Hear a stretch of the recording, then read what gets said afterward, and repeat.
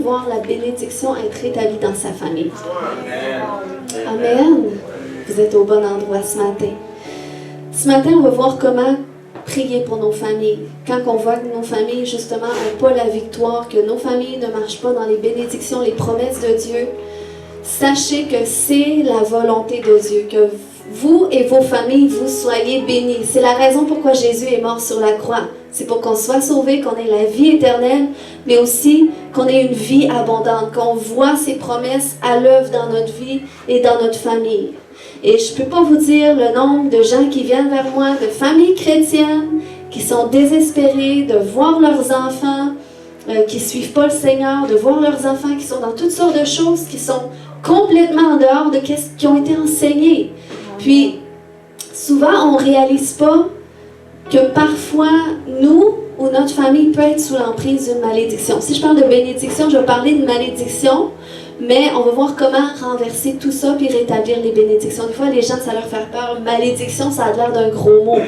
Mais malédiction, c'est quoi? C'est quand on vit le malheur, c'est quand on ne vit pas la victoire. Et on va voir comment renverser cela, parce qu'on connaît ce passage dans Galates 3,13 qui dit que Christ nous a rachetés de quoi? La malédiction de la loi étant devenue malédiction pour nous. Donc, c'est la raison pourquoi Christ est mort sur la croix. Mais la vérité, c'est que Christ à la croix n'a pas brisé la présence des malédictions. Il a brisé leur pouvoir, mais pas la présence. De la même façon que, tu sais, la Bible nous dit que Christ est devenu péché en étant cloué sur la croix, pour que nous aussi on puisse être morts au péché. Donc, il est devenu péché. Donc, il a brisé le pouvoir du péché, mais pas la présence du péché.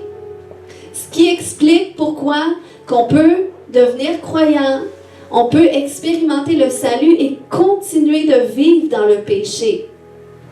Parce que Dieu ne peut pas nous délivrer d'un péché qu'on ne veut pas renoncer. Puis, c'est pour ça que vous remarquerez que lorsque vous êtes venu à Christ, eh bien, il n'y a pas tous les péchés que vous vous êtes débarrassés tout de suite du jour au lendemain après la prière de repentance. Ça a été un processus. Moi, je me souviens, quand j'ai accepté Jésus, j'ai fait la prière de repentance, je ne connaissais rien de Dieu. Et honnêtement, je me disais, j'ai pas de péché, mais bon, je vais quand même dire, je me repens pour mes péchés. Mais je me disais, je suis une bonne personne, tu sais. Bon, je pensais à des petites affaires, je me disais, Dieu ne peut pas me juger pour ça, tu sais, c'est ce que tout le monde fait. Donc, j'ai quand même fait la prière. Mais après ça, le temps a passé, et là, c'est comme si j'ai commencé à prendre conscience de tous mes péchés, puis là, à voir que, ouais, finalement, je suis une pécheur, puis j'ai besoin d'un sauveur. Donc, c'est un processus. C'est pour ça que Christ à la croix, il a brisé le pouvoir du péché, donc on peut être libre du péché. Mais ça ne veut pas dire qu'on n'a plus de combat avec le péché. Puis, maintenant, pour les malédictions, eh bien, c'est un autre domaine. Parce que tu peux être chrétien depuis longtemps et être sous l'emprise d'une malédiction sans le savoir. Puis on va voir tantôt comment est-ce qu'on peut savoir ces choses-là. Tu sais, tes enfants, ils peuvent être sous l'emprise d'une malédiction générationnelle sans qu'eux-mêmes le sachent et toi, tu le saches. C'est pour ça que Dieu a dit dans Osée 4,6, « Mon peuple périt, faute de connaissance. » Il n'a pas dit « le monde périt », il a dit « mon peuple ». Donc, nous, les enfants de Dieu, lorsqu'il nous manque la connaissance des choses spirituelles, des réalités spirituelles, eh bien, on peut périr. Hein? On peut manquer d'être victorieux. Donc, c'est pour ça qu'on enseigne ces choses-là. Puis, peut-être que vous avez déjà la victoire dans votre vie, puis peut-être que vous allez dire, écoute, mais moi, ce message ne s'applique pas tellement à moi, mais ce message-là va vous montrer comment est-ce que vous pouvez prier pour votre famille. Puis si votre famille est victorieuse, alléluia, mais ce message va vous montrer comment prier pour votre prochain aussi. Amen? Amen. Donc, premièrement, une malédiction, c'est quoi? C'est comparable à une sentence d'un juge par suite d'une transgression de loi. C'est comparable à un huissier, par exemple, qui cogne chez toi, qui arrive avec un petit papier pour dire « Écoute, je dois te saisir ça, ça, ça, parce que tu as transgressé telle loi. » Puis tu peux rien faire. Tu n'as pas le choix de le laisser aller chercher qu'est-ce qu'il doit prendre. Donc, c'est un peu ça, une malédiction. D'un point de vue biblique, c'est un verdict donné par la cour céleste, OK? Parce qu'il y a une dimension dans les cieux où est-ce que Dieu siège sur son trône comme juste juge. Donc, c'est un verdict donné par la cour céleste contre une personne, une famille ou un endroit qui a commis une transgression contre la loi de Dieu, auquel est attribuée une conséquence. Donc, pour clarifier le tout, la malédiction, c'est la conséquence soit de tes péchés ou soit des péchés des générations avant toi qui se sont transférés sur ta vie. Puis on voit ça dans Exode 34, 7, j'invente rien, qui dit que Dieu conserve son amour jusqu'à 1000 générations, qui pardonne l'iniquité, la rébellion et le péché, mais qui ne tient point le coupable pour innocent, et qui punit l'iniquité des pères sur les enfants, et sur les enfants des enfants, jusqu'à la 3e et à la 4e génération. Ce qui veut dire que nous, en tant qu'enfants, nous allons être prédisposés à vivre la conséquence des péchés de nos parents. Puis même s'ils ont été chrétiens, okay, tous ont péché et sont privés de la gloire de Dieu. Donc, chaque personne sur sa vie a une raison pour laquelle l'ennemi pourrait l'accuser. Puis, ce qui explique, par exemple, qu'un enfant, par exemple, dès le bas âge, tu sais, des fois on voit ça, un enfant qui souffre d'anxiété, c'est très intense, puis c'est comme tu dis, l'enfant, il n'a vécu aucun traumatisme. Tu sais, comment est-ce qu'il peut être autant anxieux? Mais des fois, c'est la conséquence de certaines expériences ou traumatismes que ses parents ou ses grands-parents ont vécu, dont l'information s'est transmise dans les gènes. Et génétiquement, ils sont devenus prédisposés à être comme ça. Puis, c'est pas seulement la Bible qui le dit, mais la science le prouve aussi. Et on appelle ça l'épigénétique. J'ai fait un beau diagramme. Je ne sais pas si vous allez voir de loin, avec mes petits bonhommes. Mais dans le fond, l'épigénétique, c'est quoi? C'est la science qui étudie l'influence de l'environnement sur l'expression des gènes.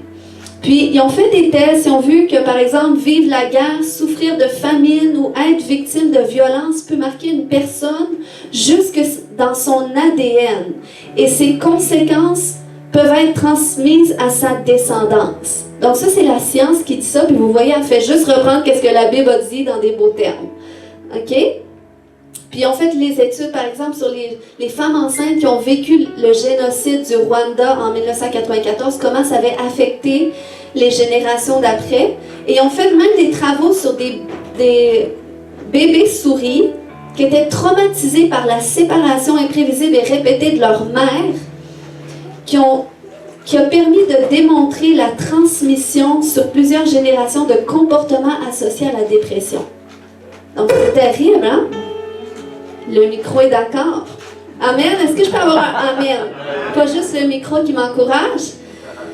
Donc, cette réalité génétique, la science le prouve même lorsque tu arrives chez le médecin. Si tu vis une difficulté, qu'est-ce que le médecin va te demander comme question?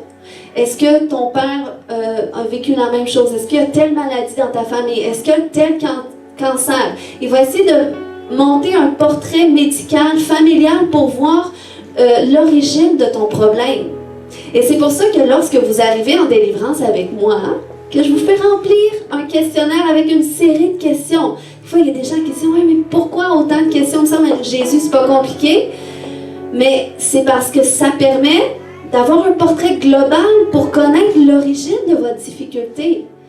Puis, des fois, il y a des gens, c'est ça, ils ont peur d'être exposés. Ils disent « Ben, je ne peux pas dire toute ma vie comme ça. Qu'est-ce qu'elle va penser? » Tout ça. Mais ça empêche l'intervention de Dieu. C'est comme si tu arrives chez le médecin et tu dis « Je ne vais pas bien », mais tu l'empêches de t'examiner de la tête aux pieds. Tu dis « Écoute, donne-moi juste une pilule, ça va être correct. » Mais ça ne va pas régler le problème. Ça va juste régler en surface. Donc, c'est pour ça que je fais remplir un questionnaire comme ça. Parce que des fois, il y a des problèmes qui sont d'origine générationnelle. Souvent, la plupart de nos difficultés. Puis, dans le fond, quel type d'iniquité occasionne une malédiction? Puis c'est important que vous sachiez, au sein de votre famille, quel type d'iniquité il y a eu. Parce que ça vous permet de savoir de quelle façon je dois prier, qu'est-ce que je dois adresser dans mon propre foyer.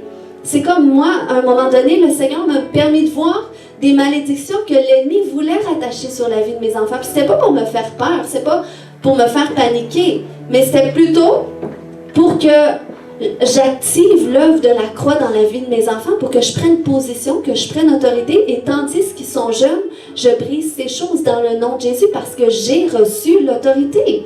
La Bible nous dit dans Éphésiens 5,14 que tout ce qui est condamné est manifesté par la lumière. Donc lorsque Christ vient mettre sa lumière, lorsque Christ expose quelque chose dans ta vie, ça veut dire qu'il te donne l'autorité. Ça veut dire que l'ennemi, il ne peut plus se cacher. C'est quand l'ennemi se cache qu'il te tourmente.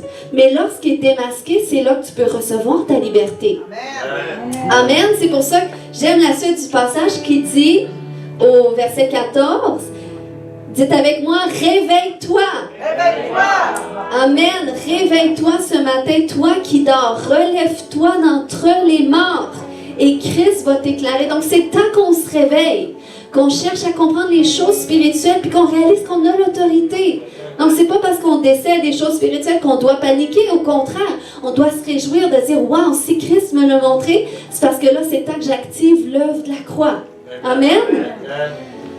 Donc, quel type d'iniquité? Puis j'ai vraiment résumé parce qu'il y en a plus que ça, mais vous pouvez étudier, si vous voulez, Deutéronome 28, Exode 20, Lévitique parle de certaines iniquités qui vont occasionner des malédictions. Mais on voit par exemple l'idolâtrie, qui est le culte à d'autres dieux, les pratiques traditionnelles de votre pays, de votre communauté, c'est de l'idolâtrie. Les pratiques qui invoquent des ancêtres, qui invoquent des démons. Si tu viens d'une famille qui est fervente, pratiquante, catholique, combien le catholicisme ont fait beaucoup d'idolâtrie avec toutes leurs statuettes. Donc, ça attire des malédictions. Le vaudou, la sorcellerie, la participation aux fausses religions, bouddhisme, hindouisme, arts martiaux, yoga, tout ça, ça évoque des faux dieux, même si ça a l'air bien plaisant, ça a l'air bien relaxant. Va voir sur Internet les origines de cela. Va voir d'où ce que c'est parti. Qui a eu ces connaissances-là, puis qui a établi ça sur le marché? Tu vas voir que c'est à l'encontre de la parole de Dieu. Je ne l'invente pas. Ensuite, le déshonneur envers les parents, envers un dirigeant, le mensonge, la convoitise, l'inceste, la violence, les meurtres, la désobéissance à Dieu, qui est le péché, l'adultère, la fornication, qui est les relations sexuelles hors mariage, homosexualité, avortement, ces choses-là, c'est des choses qui font partie de ce monde. Mais ça engendre des malédictions.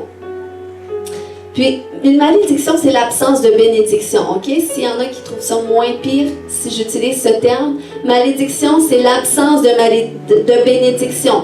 Ne pas donner la dîme, c'est Malachie 3 qui le dit. Refuser de pardonner, garder une offense, ça empêche Dieu de nous pardonner, ça ferme le ciel.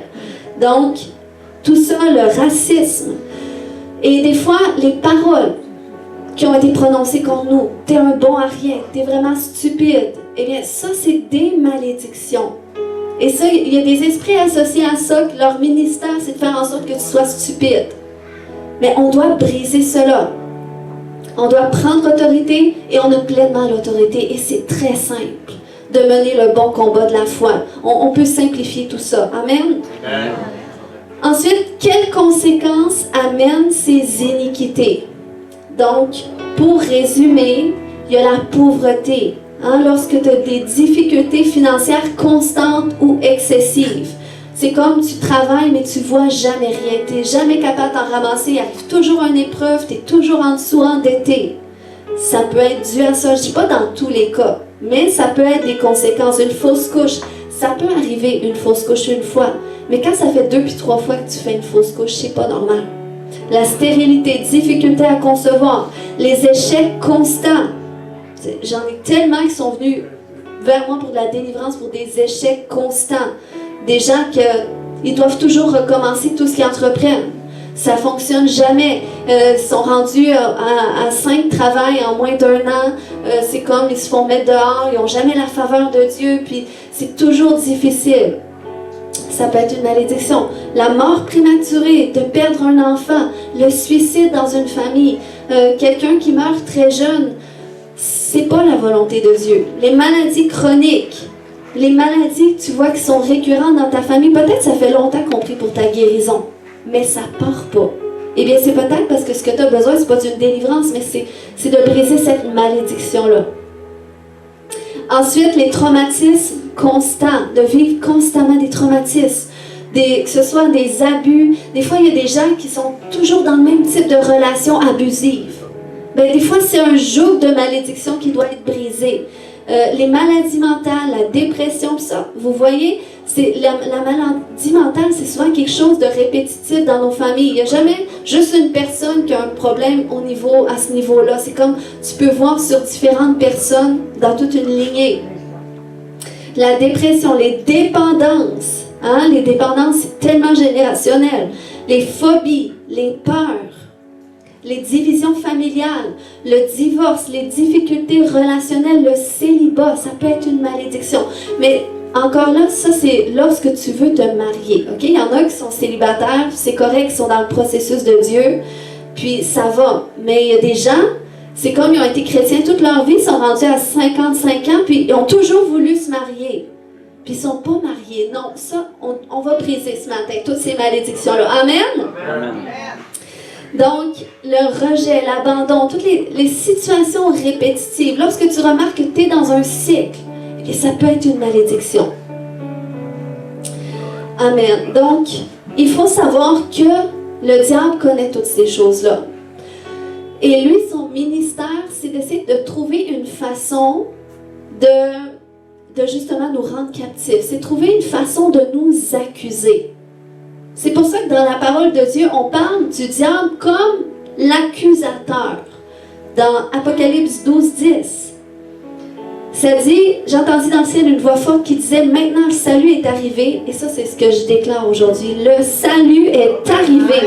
La puissance, le règne de notre Dieu et l'autorité, amen, de son Christ, car il a été précipité. C'est ce que je prophétise aujourd'hui. L'accusateur de vous et moi, celui qui nous accusait devant le trône de Dieu jour et nuit. Amen, il va être précipité aujourd'hui. Tout ce qui t'empêchait de rentrer dans tes promesses aujourd'hui, l'ennemi, son pouvoir va être renversé. Amen. Donc, c'est ce qu'il fait. Il cherche à nous accuser. Tu sais, à un moment donné, je partageais je partageais un témoignage finalement, comment est-ce que Dieu nous a bénis financièrement, moi puis mon mari. Puis c'est vraiment surnaturel qu'on est dans une prospérité qu'on ne comprend pas, tu sais, comment est-ce que ça peut arriver. Mais je n'avais pas partagé la première partie de tout ça, que les difficultés financières qu'on vivait avant ça, c'était vraiment une malédiction qui était à l'origine. Parce que c'était pas normal, je vous dis, c'était répétitif. Les difficultés qu'on vivait, ça n'avait aucun sens. On a acheté une maison, dans l'espace d'un an, on a une tornade. En tout cas, ça n'allait pas bien à ce niveau-là. Après ça, on a un dégât d'eau au sous-sol. Tu sais, ça, c'est tout des frais, là, des choses que tu dois investir. Après ça, on se fait conseiller, amène le propriétaire en cours. Donc, on l'amène en cours, on perd la cause. Donc, encore des milliers de dollars qu'on perd.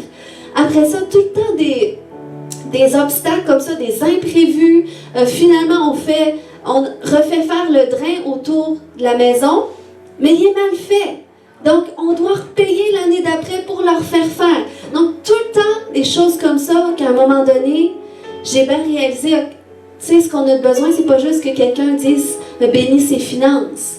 On a besoin de voir qu'est-ce qui est à l'origine de tout ça, parce qu'il y a vraiment quelque chose de spirituel qui fait en sorte qu'on vit toujours des difficultés répétitives.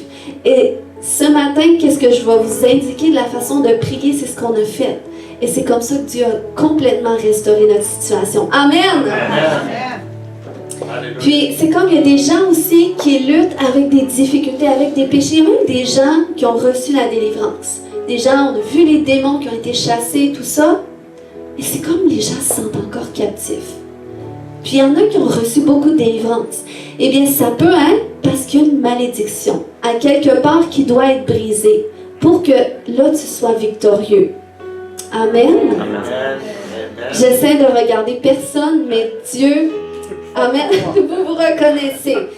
Mais c'est ça. Il y a des gens aussi qui vivent, C'est comme, il y a des gens qui sont dans le péché parce que des malédictions qui n'ont pas été brisées à cause de péché, d'iniquité. Vous êtes juste sous la conséquence des iniquités de vos ancêtres, puis on doit aller briser ça ce matin, puis vous allez être libérés. Maintenant, on ne doit pas juste chasser les démons, mais on doit aller adresser qu'est-ce qui est à l'origine.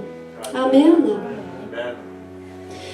Donc, ce matin, je suis rendue à cette étape, comment renverser les malédictions et rétablir la bénédiction de Dieu dans notre vie et dans notre famille. Amen. Donc, l'élément déclencheur des malédictions, on doit comprendre que c'est notre naissance, ok? Parce que avant même que l'on pêche intentionnellement ou même non intentionnellement, eh bien, dès que tu nais, tu es prédestiné à vivre la conséquence des péchés de tes parents, tes grands-parents, tes arrière-grands-parents. Donc, c'est la naissance. Et Dieu a prévu une solution pour cela. C'est la nouvelle naissance. Amen. Jésus a dit dans Jean 3,3, « En vérité, je te le dis, si un homme ne naît de nouveau, il ne peut voir le royaume de Dieu. » Donc, c'est pour ça que Jésus a dit ça. C'est la première étape. Si tu veux voir le royaume de Dieu, si tu veux vivre les bénédictions du royaume, eh bien, tu dois naître de nouveau. Puis, la nouvelle naissance qui vient lorsque tu donnes toute ta vie à Jésus, c'est le premier élément qui te donne le droit légal de briser toutes les malédictions. Et non seulement sur ta vie, mais la vie de tes enfants et la vie même de ta famille, ton mari, ta femme, tes parents. Sur la base de la promesse d'Actes 16, 31 qui dit « Crois au Seigneur Jésus et toi et quoi? Ta famille, vous serez sauvés. » Donc, la nouvelle naissance nous donne ce droit légal. Pourquoi? Parce que la Bible déclare aussi dans Colossiens 2, 13 et 14 que nous étions morts par nos offenses et par l'incirconcision de notre chair, il nous a rendus à la vie avec lui, en nous faisant grâce pour toutes nos offenses, car il a effacé l'acte, il a effacé le verdict dont les ordonnances nous condamnaient et qui subsistait contre nous, et il l'a détruit en le clouant à la croix. Donc, du moment que tu acceptes Jésus dans ta vie, tu as le droit légal de briser toute malédiction. Donc, c'est pour ça, souvent, c'est de prendre conscience de ces réalités-là. C'est la première étape pour que tu puisses expérimenter ta victoire. Alléluia. Et qu'est-ce qui se produit en plus lorsqu'on donne notre vie à Jésus et qu'on avance avec lui? C'est qu'on expérimente une régénération. Vous voyez, il y a le mot « gêne » dedans, régénération. On lit ça dans 1 Pierre 1,3 qui dit « Béni soit Dieu, le Père de notre Seigneur Jésus-Christ, qui, selon sa grande miséricorde, nous a quoi? Régénérés. » Amen. Il y a des gens qui suivent ce matin pour une espérance vivante par la résurrection de Jésus-Christ d'entre les morts. Donc, Jésus-Christ, lorsqu'on l'accepte dans notre vie, on rentre dans un processus de régénération. Ça veut dire une métamorphose de nos gènes. Ça veut dire que l'information que nos gènes avaient enregistrée à travers notre code génétique, il expérimente une métamorphose, un changement, une transformation. Amen, c'est là notre espérance. Moi, je suis tellement excitée. Hein? Amen. Puis, je dois dire, par exemple, que cette régénération-là s'amplifie à mesure que tu prends conscience de ces choses-là. Parce que des endroits de ta vie qui ne seront pas régénérés, parce que peut-être qu'ils vont être en captivité, donc tu ne le verras pas nécessairement. Mais le Seigneur nous conduit toujours dans un processus où est-ce qu'on va prendre conscience de toutes ces réalités-là pour qu'on puisse expérimenter la victoire, pour qu'on puisse appliquer l'œuvre de la croix dans notre vie. Amen. C'est comme tant que je ne savais pas que mon péché était un péché, je continuais de pécher. Mais du moment que je découvre dans mon processus que c'est un péché, quand je fais ça, ça déplaît à Dieu, eh bien c'est là que je peux commencer à expérimenter une régénération, une transformation. Et c'est pour ça que le deuxième élément, pour rétablir les bénédictions de Dieu dans notre vie, c'est la transformation de ton âme. Romains 12:2 dit « Ne vous conformez pas au siècle présent, mais soyez transformés. » Le mot « transformés, c'est métamorpho. Soyez métamorphosés par le renouvellement de l'intelligence, afin que vous discerniez quelle est la volonté de Dieu, ce qui est bon, agréable et parfait. Donc, on doit comprendre que si Paul a dit « soyez transformés », c'est parce que tu n'es pas automatiquement transformé quand tu acceptes Jésus. C'est que c'est un processus qui progresse à travers le processus de sanctification. Hein? À force d'avancer avec Dieu, de te mettre à part pour lui, de te séparer du péché et te consacrer à Dieu. Et plus tu te consacres à Dieu, moins tu as le goût de pécher. Puis, plus que ta façon de répondre à la vie en général va changer parce que tu es dans ton processus de transformation où est-ce que le Seigneur renouvelle ton intelligence avec sa parole, avec la vérité de sa parole qui est enseignée, qui développe ta foi, qui développe ton intelligence et qui amène la puissance de conformer ta vie à cela et à marcher en alignement avec la volonté de Dieu. Vous me suivez ce matin? Amen. Donc, plus qu'on progresse dans notre transformation avec Dieu, il faut savoir que moins que les désirs de notre chair prédominent. Puis, vous avez probablement remarqué. Mais c'est comme avant, on avait une certaine façon de répondre à nos circonstances. C'est comme ceux, par exemple, qui ont une dépendance. Puis, je le parle parce que dans l'Église, il faut arrêter que ce soit tabou. Dans l'Église, il y a des gens qui ont des dépendances. Des fois, c'est à la télé, des fois, c'est au téléphone. C'est même une dépendance qui est rendue courante dans cette génération. Des fois, c'est à la nourriture, des fois, c'est à l'alcool. Ça arrive, peu importe la dépendance. Mais toute dépendance, c'est en fait un symptôme que la personne, elle essaie de combler un manque à l'intérieur d'elle. Puis des fois, c'est des choses qui partent de loin, des fois, c'est des choses qui sont générationnelles. Un manque qui est générationnel, des fois, c'est le rejet, c'est une blessure de rejet, des fois, c'est la honte, des fois, c'est l'insécurité qui va te pousser justement à consommer ou à faire cette chose-là qui te détruit finalement. Mais à mesure que tu progresses dans ta transformation avec Jésus, mais plus que lui, il va prendre sur lui la blessure qui est à l'intérieur de toi, qui te poussait justement à faire la chose, à consommer la chose, puis il va traiter la raison du pourquoi tu le faisais. Donc ça se produit à travers notre processus de transformation. Tu sais, c'est comme un jour je fumais, puis j'ai arrêté de fumer quand j'ai donné ma vie à Jésus, puis au début, quand j'avais arrêté de fumer, j'avais réalisé que je n'étais pas capable toute seule de toute façon, puis que j'avais besoin de la grâce de Dieu, mais il y avait vraiment quelque chose qui me faisait peur, parce que selon le monde, c'est comme la façon que tu te débarrasses d'une dépendance, c'est en la changeant pour une autre. Hein? C'est ça qu'on dit dans le monde. On dit tu remplaces une dépendance par une autre, mais ça, c'est vraiment pas biblique.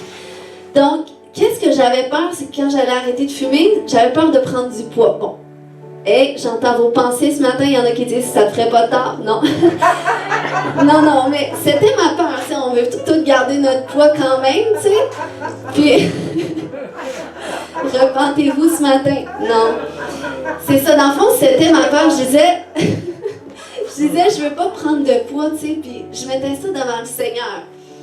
Mais c'est là que j'ai compris que dans le fond, j'ai pas été chercher à remplacer ma dépendance, parce que non seulement le Seigneur est venu prendre la dépendance, mais il est venu combler le vide que je cherchais à combler par cette dépendance. Ce qui a fait que j'ai pas eu besoin de la remplacer.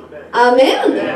Donc, le Seigneur m'a préservé de cela. Et c'est pour ça que je suggère toujours ceux qui viennent me voir en délivrance pour des dépendances.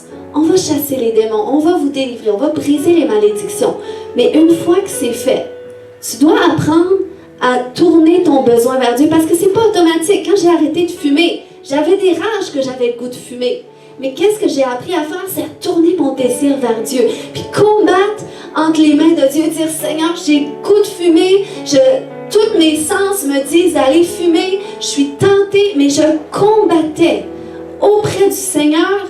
Et c'est là que j'ai trouvé une force en lui, dans ma faiblesse, de résister et de me sortir de cela. Amen. Et ça vaut pour toutes les dépendances. Tu apprends à tourner le désir. Qu'est-ce que tu cherchais à combler à l'intérieur de toi? Tu dois apprendre à tourner vers Dieu pour que Dieu devienne ta source. Et laisse-moi te dire qu'il va te libérer et il va t'amener un plus grand réconfort que tu croyais que cette chose pouvait t'en procurer. Amen. Le micro dit Amen. Amen. Donc, c'est un apprentissage, mais ça marche. Amen. Troisièmement, qu'est-ce qui nous permet de rétablir les bénédictions de Dieu dans notre vie? En brisant les malédictions, d'abord, c'est la prière et le jeûne. Dis avec moi, prière et jeûne. On se souvient dans la parole de Dieu, lorsque les disciples avaient essayé de chasser un démon, puis ça n'avait pas fonctionné. Ils étaient allés vers Jésus, Jésus les a réprimandés. Il dit, jusqu'à quand serai-je avec vous, race incrédule? Et là, Jésus leur a dit, à la fin, les disciples ont dit, mais pourquoi est-ce qu'on n'a pas réussi? Et Jésus leur a dit, ce type de démon ne sort que par le jeûne et la prière.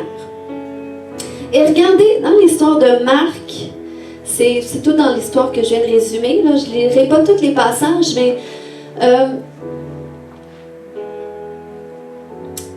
si tu tasses à l'autre page, dans le fond, c'est dans Marc 9, à partir du verset 21. Là, Jésus est arrivé sur place, puis là, l'enfant était en train de manifester tout ça. Et là, Jésus dit, combien y a-t-il de temps que cela lui arrive à ton enfant? Il a demandé ça au Père, mais ça fait combien de temps qu'il y a des manifestations comme ça? Et le Père dit, depuis son enfance. Donc, on doit comprendre que le fait que Jésus demande depuis, ça fait combien de temps? Puis, le Père dit depuis son enfance. Dans le fond, ça fait, depuis tout jeune. Ça veut dire que c'était un problème générationnel. C'est un problème qui part de l'enfance. Donc, c'est pour cela que Jésus a posé la question. Et c'est pour cela qu'il a répondu, ce n'est que par le jeûne et la prière que ce type de démon sort. Parce qu'il y a vraiment une puissance à travers le jeûne et la prière. Tu sais, c'est pas pour rien que Dieu a dit dans Ésaïe 58:6, « Voici le jeûne auquel je prends plaisir. Détache les chaînes de la méchanceté, dénoue les liens de la servitude, renvoie libre les opprimés et que l'on rompe toute espèce de joug. » Donc ça, c'est le jeûne. Ça, c'est la puissance qu'on retrouve à travers le jeûne. Et non seulement pour notre vie, mais aussi pour la vie des gens qui nous entourent, ceux pour qui Dieu nous appelle à intercéder. Parce que lorsqu'on regarde la signification de servitude, ça signifie courroie. Et il dit, dénoue les liens de la servitude, dénoue les courroies. Et si vous remarquez bien, à travers notre ADN, c'est quoi? Ça ressemble à ça, à des courroies. Et il y a vraiment une puissance à travers le jeûne et la prière qui te permet de dénouer ces liens de servitude. Cette information que tes gènes ont enregistrée, qui fait en sorte que tu es en captivité à travers le jeûne et la prière, ça perd sa puissance.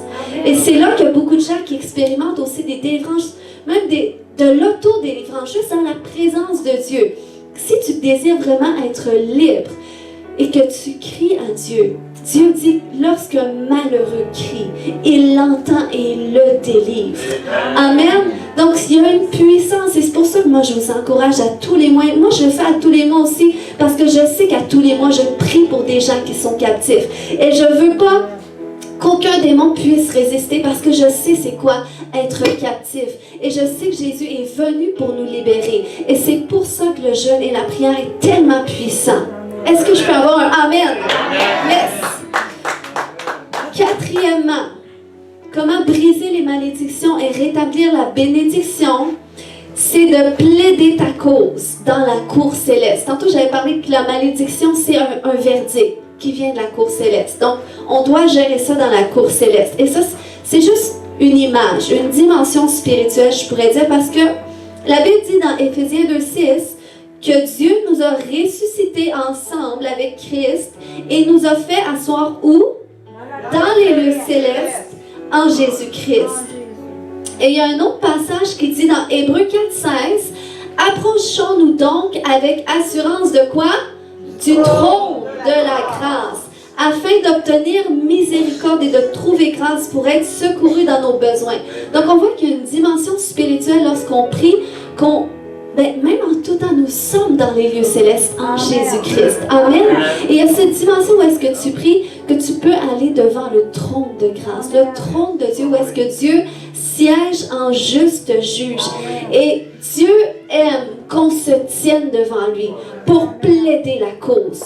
Que ce soit notre cause, que ce soit la cause de notre prochain. Il se plaît à cela. Il a dit dans Ézéchiel 22:30, je cherche parmi l'église de Centre-Lac-Saint-Jean un homme et une femme qui élèvent un mur, qui se tiennent à la brèche devant moi en faveur du Lac-Saint-Jean, en faveur du Québec, en faveur des familles, afin que je ne les détruise pas.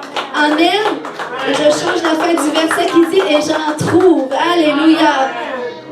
Et Dieu dit aussi ce verset qui montre qu'il aime complète. Puis ça, je sais que ceux qui ont des antécédents religieux ont du mal avec ça. Parce que c'est comme, ils ont pas cette crainte de Dieu, mais des fois cette peur de Dieu. Cette façon de dire que ben moi, je veux pas comme offenser Dieu. Je veux pas dire à Dieu quoi faire. Mais regardez, il dit dans Ésaïe 43:16, « Réveille ma mémoire, plaidons ensemble, parle toi-même pour te justifier. » Amen. Il ne veut pas nécessairement que tu joues à la victime, ok? Mais il y a une façon de prier que tu peux te justifier et expérimenter la victoire après. Amen. Amen. Donc Dieu veut qu'on fasse ça parce que ça lui plaît. Parce que Dieu nous a fait naître de nouveau pour qu'on s'identifie à lui. Il nous a donné son amour pour nous guérir, pour nous transformer. Et là maintenant, il nous a aussi délégué son autorité. Et il veut qu'on marche dans son autorité. Qu'on appelle les choses qui ne sont pas comme si elles étaient. Qu'on se tienne à la brèche en faveur des autres et aussi en notre faveur. Amen. Yes. Donc, comment plaider notre cause dans la cour céleste, ok? Puis, je vais vous dire tout de suite, c'est de la même façon qu'on a prié lorsqu'on avait des problèmes financiers répétitifs. C'est direct comme ça qu'on a prié, puis on a vu des fruits dans la même année. OK? Mais moi, je déclare une accélération. Peut-être ça fait trop d'années. Moi, je déclare d'ici 3 mois, il y a un changement. Amen?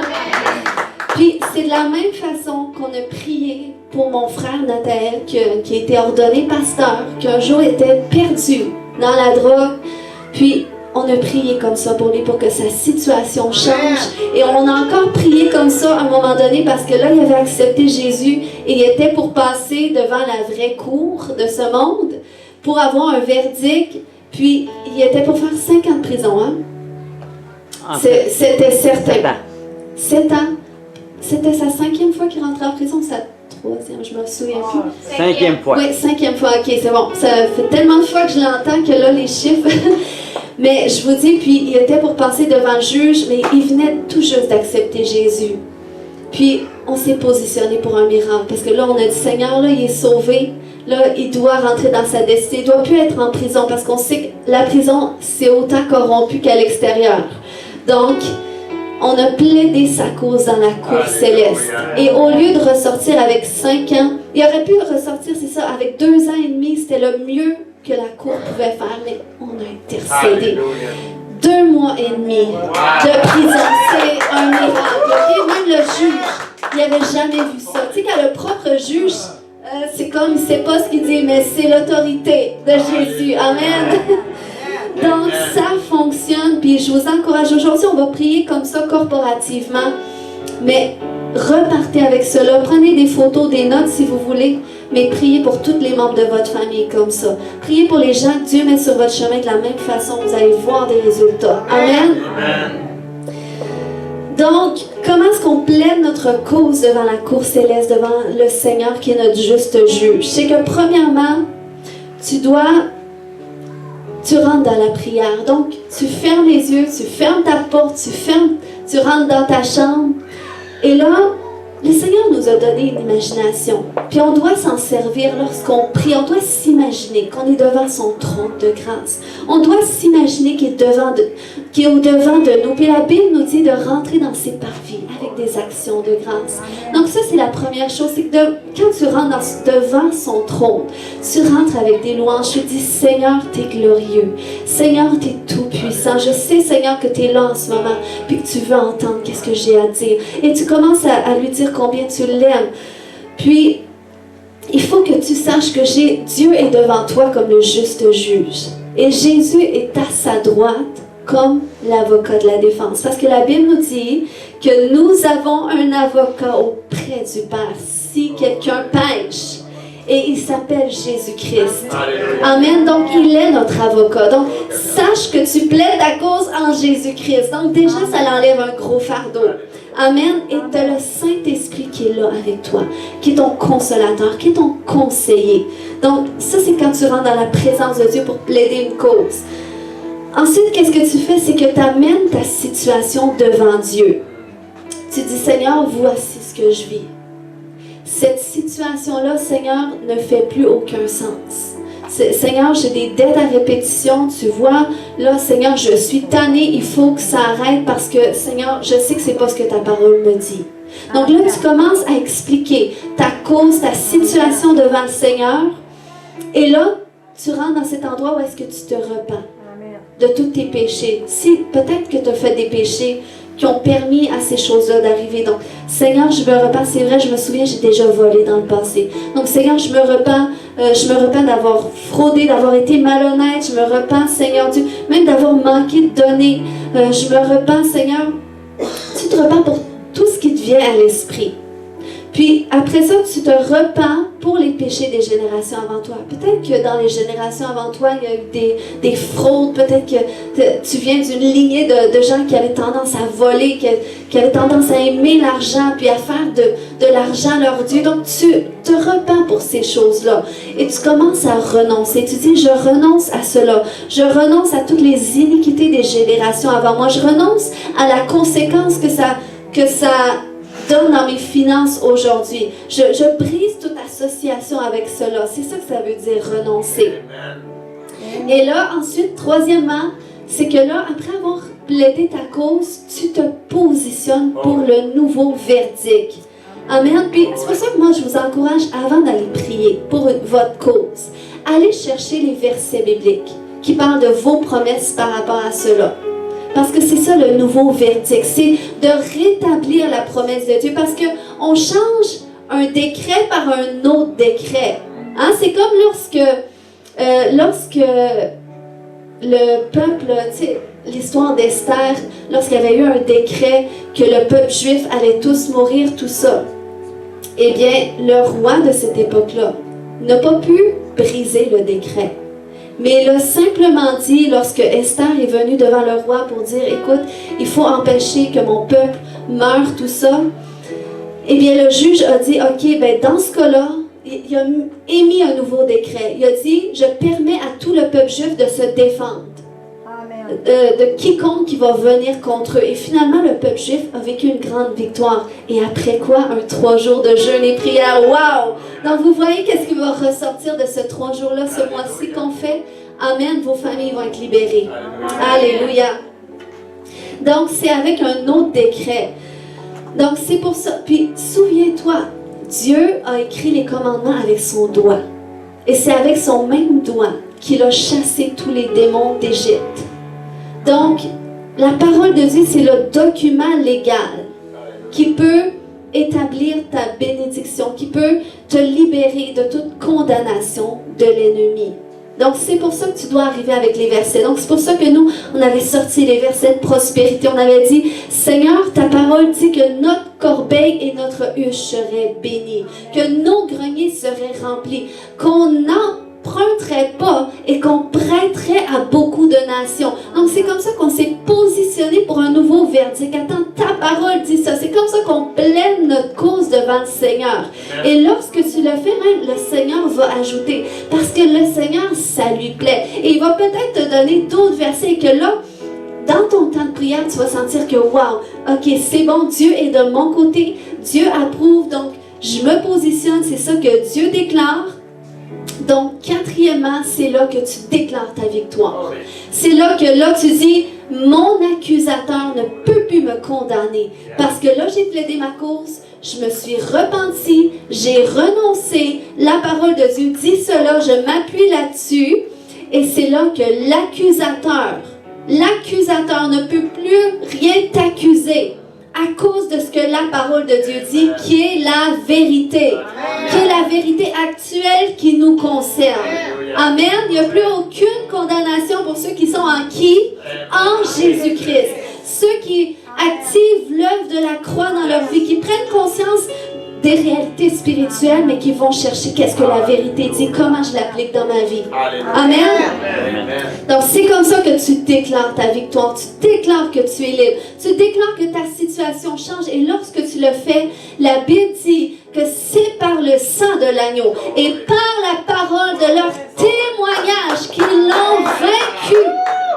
C'est pas plus compliqué que ça. Amen. Donc, c'est pour ça que tu témoignes, tu glorifies Dieu pour ta victoire. Tu te réjouis et là, sache que tu entres dans ton processus où est-ce que tu vas posséder la porte de tes ennemis. Amen. Ça, c'est un autre message. Mais Dieu est tellement puissant et c'est un processus. Mais on doit apprendre à marcher dans cette victoire. Amen. Dieu est tellement glorieux. Ce matin, on va prier tout le monde ensemble parce que les jours de l'ennemi, les liens de la servitude ont assez demeuré. Alléluia. Amen, Seigneur, je te remercie. Mais juste avant que je prie, je vais raconter un témoignage. J'avais une sœur un jour pour qui j'ai prié. Ça faisait 2-3 fois que j'avais prié pour une délivrance. Puis, elle était vraiment comme captive. Tu sais, elle vivait certains tourments.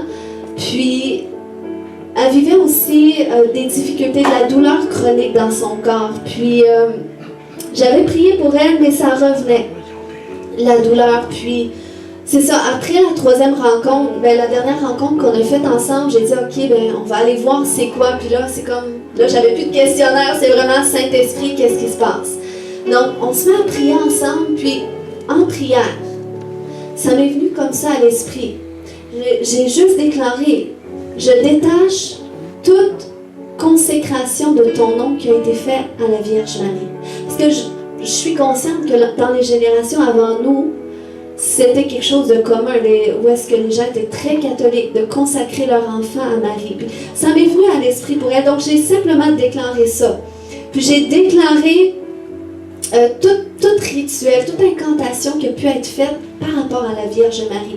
Puis je ne savais pas pourquoi je disais ça, mais au moment que j'ai dit ça, elle s'est rappelée que lorsqu'elle avait 12 ans, il était dans un événement, elle puis toute sa famille. Puis il y a eu une grosse cérémonie à la Vierge Marie, qui était dédiée à la Vierge Marie. Puis se sont mis à dédier les enfants à la Vierge Marie. Puis elle dit que depuis ce temps-là, elle a toujours eu mal dans son corps. Donc vous voyez la révélation, lorsque Dieu met en lumière, qu'est-ce qu'il met en lumière? C'est condamné. Donc j'ai dit, OK, on retourne à cet événement-là. Puis dans le nom de Jésus, je brise tout transfert d'esprit qui a été fait à ce moment-là. Je brise tout rituel, toute conséquence que ça a occasionné dans ton corps. Et j'ai commencé à prendre autorité, juste briser à ce moment-là. Puis ayons pas peur des fois de revenir dans le passé sur des événements pour briser à ce moment-là toutes choses qui ont été faites. Et aujourd'hui, ça fait quelques mois de ça, elle est complètement guérie. Amen. Donc ça, c'est la puissance de notre Dieu et il veut qu'on soit victorieux. Parce qu'on est des guerriers, des guerrières pour le royaume de Dieu. Amen. Donc on va se lever ce matin et on va prier. Amen. On va prier ce matin. Alléluia. Oui, on va prier. On va juste commencer à rentrer dans la prière, prier en langue.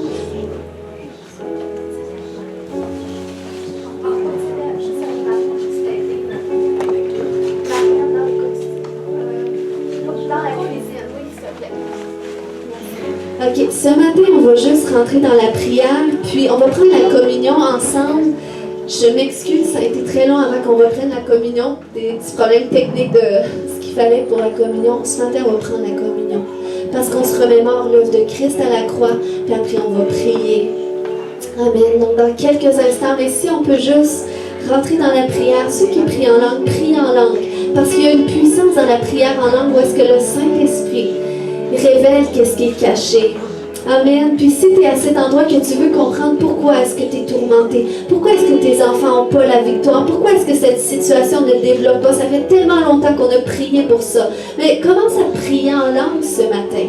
Koramaya Shanta, viens Saint-Esprit nous révéler. Viens Saint-Esprit nous révéler qu'est-ce qui est caché. Viens mettre en lumière qu'est-ce qui est exposé parce que l'ennemi a assez dominer dans notre vie. Koramaya shata.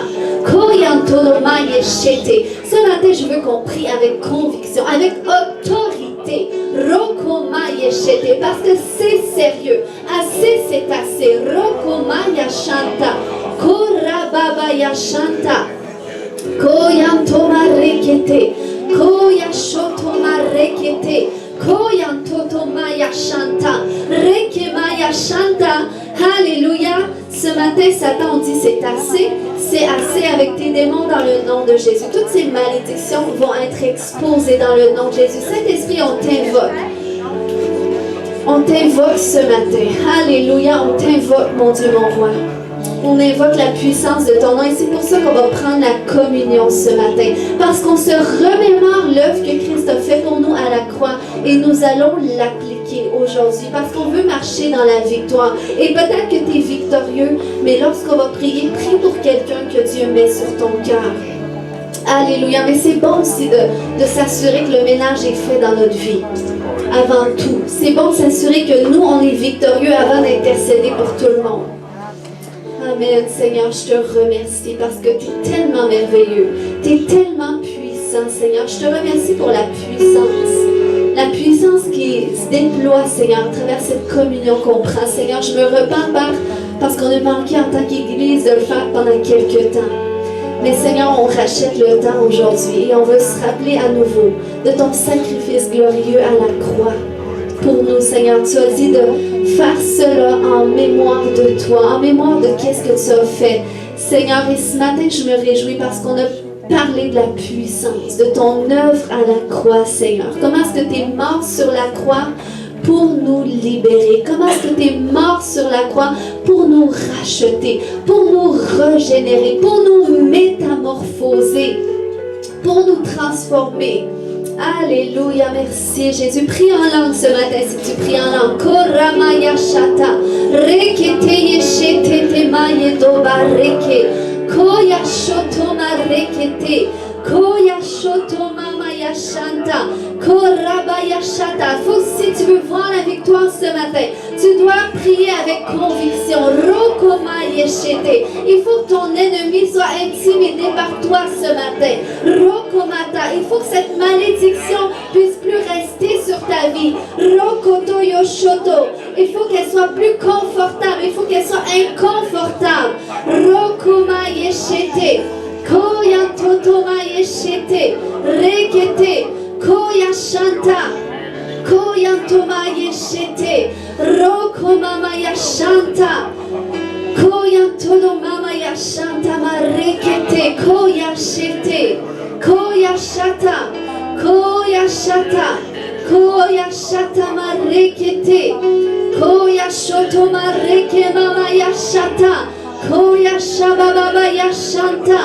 Koya shoto. Ce matin, on dit devant tous les témoins dans les lieux célestes, que ce matin, on va se réjouir de notre victoire en Jésus-Christ. Alléluia. Korabaya shete. Koyantodomaya shanta. Koyantodomaya shete kete. Koramamaya shanta. Korababaya shanta yanda babatada.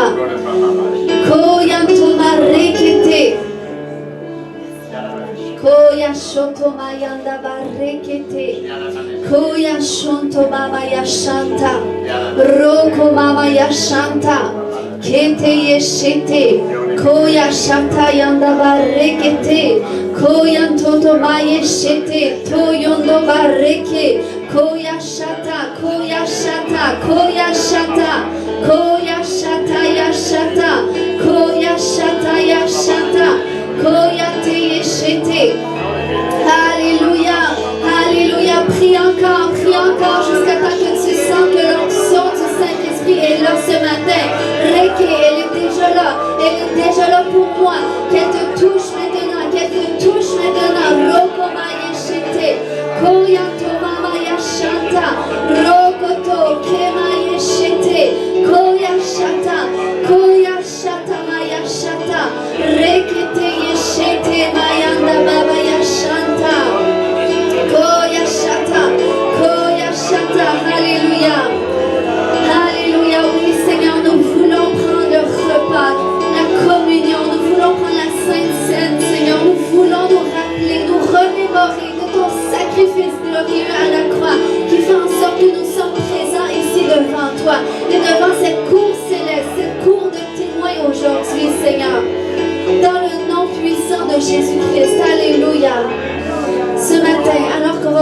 le corps de Christ, qu'on se rappelle que son corps a été meurtri.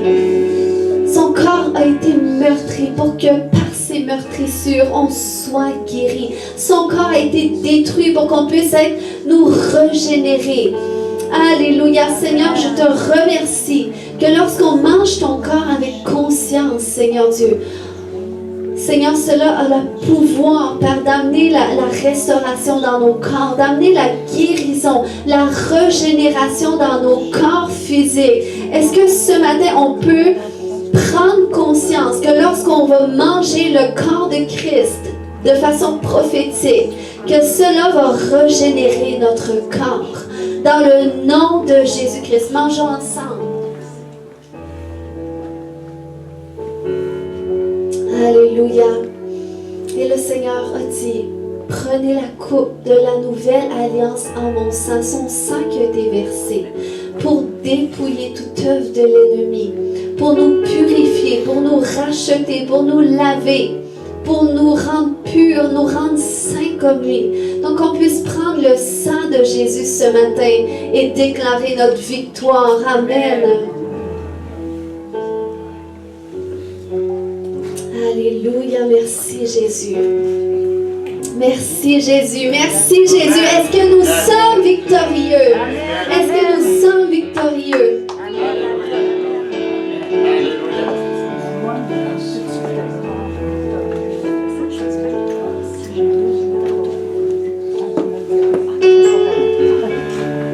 Amen.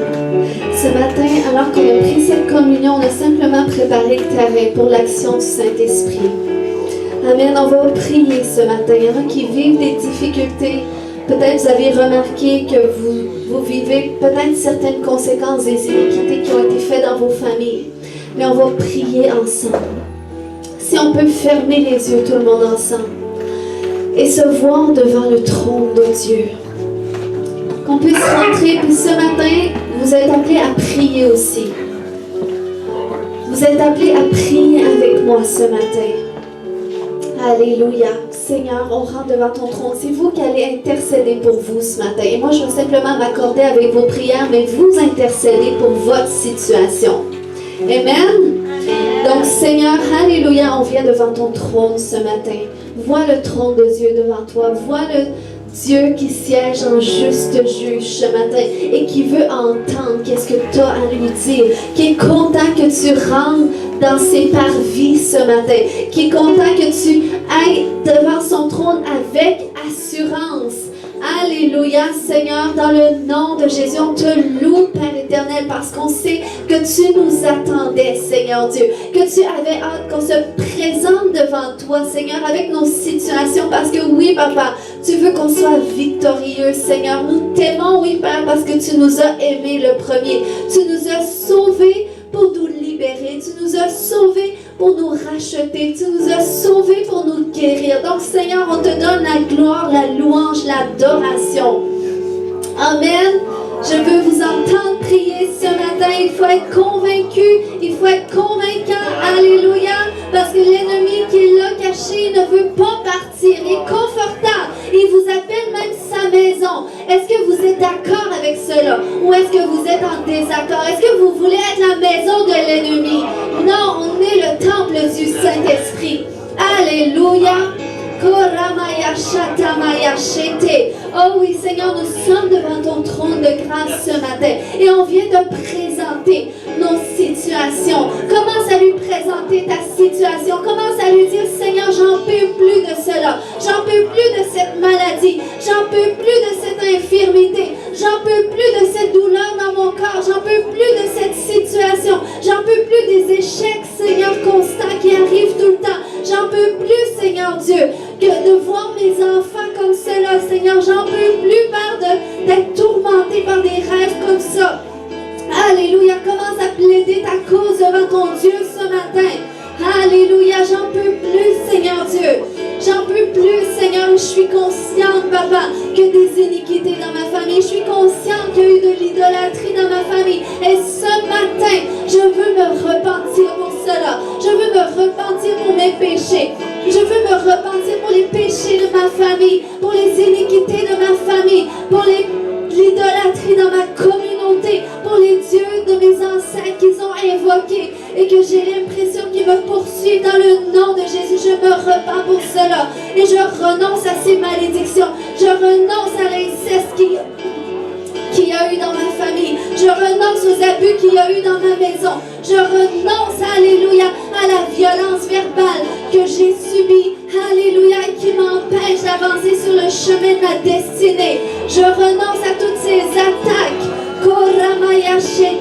Commence à déclarer ce matin. Commence à te repentir, renoncer ce matin. Je renonce aux échecs. Je renonce à la paresse spirituelle. Il y a quelque chose qui m'empêche toujours de rentrer dans la présence de Dieu. Il y a quelque chose qui m'empêche d'aller en profondeur. Et ce matin, je renonce à cela. Je renonce aux pratiques de ma famille, aux pratiques de sorcellerie qui m'empêchent aujourd'hui de marcher pleinement dans ma destinée. Est-ce qu'il y a un peuple qui prie ce matin? Est-ce qu'il y a un peuple qui veut être libre ce matin? Je me repens, Seigneur Dieu. Je me repens pour ces pratiques que j'ai faites. Je me repens pour les pratiques du nouvel âge, pour l'ésotérisme, pour l'occultisme. Je me repens d'avoir cherché auprès de d'autres religions, Seigneur Dieu. Qu'est-ce que je pouvais seulement trouver auprès de toi? Mais je reconnais, Seigneur Dieu, que ça a peut-être occasionné un joug sur ma vie. Au nom de Jésus, je renonce à toutes ces fausses religions que j'ai consultées, toutes ces fausses doctrines qui m'ont été enseignées, qui limitent ma perspective de toi. Je renonce à la religion. Je renonce à l'esprit religieux toujours qui me fait croire que tu ne veux pas me guérir, que tu ne veux pas me délivrer. Dans ce matin, positionne-toi, déclare-le de ta bouche. Alléluia. Est-ce qu'il y a des verdicts ce matin, des accusations qui sont brisées ce matin par tes repentances, par tes renonciations? Au nom de Jésus-Christ, alléluia. Si ce matin, j'aimerais prier spécifiquement pour vous, s'il y a des gens ce matin, que vous savez qu'il y a des malédictions, que vous êtes sous l'emprise de malédictions, si c'est pour votre famille, je vous invite à mettre en pratique ce que j'ai prêché ce matin. Je veux prier pour vous ce matin, spécifique. Si vous êtes dans ce lieu et que vous remarquez qu'il y a des jours sur votre vie, on va les briser ce matin. C'est le jour du salut. Alléluia. Donc, venez devant tout le monde ensemble. Je vais juste prier pour tout le monde en même temps. Mais je veux être sûre que vous recevez. Vous connaissez votre condition ce matin, puis on prie en unité d'esprit. Donc, vous n'avez pas besoin de tout me partager. Alléluia, le Seigneur va agir là où est-ce qu'il doit agir. Et s'il y a des hommes ce matin qui n'ont pas besoin de s'avancer mais qui veulent être juste derrière les autres personnes pour s'assurer que personne ne se blesse. Alléluia.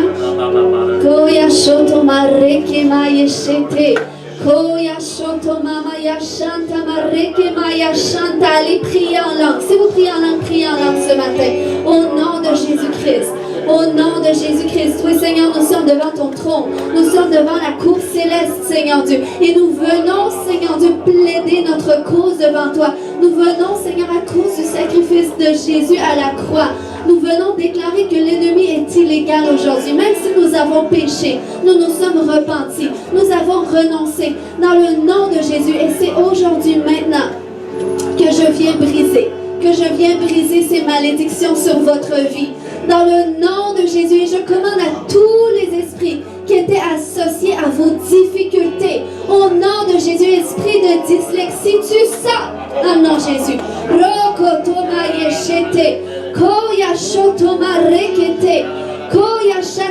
Au nom de Jésus, tout esprit associé à vos difficultés, vous partez maintenant au nom de Jésus. Sheva, quitte-la. J'ai dit quitte-la dans le nom de Jésus. On vient briser toute malédiction générationnelle, tout pouvoir des iniquités générationnelles qui opèrent dans votre famille, je les brise dans le nom de Jésus.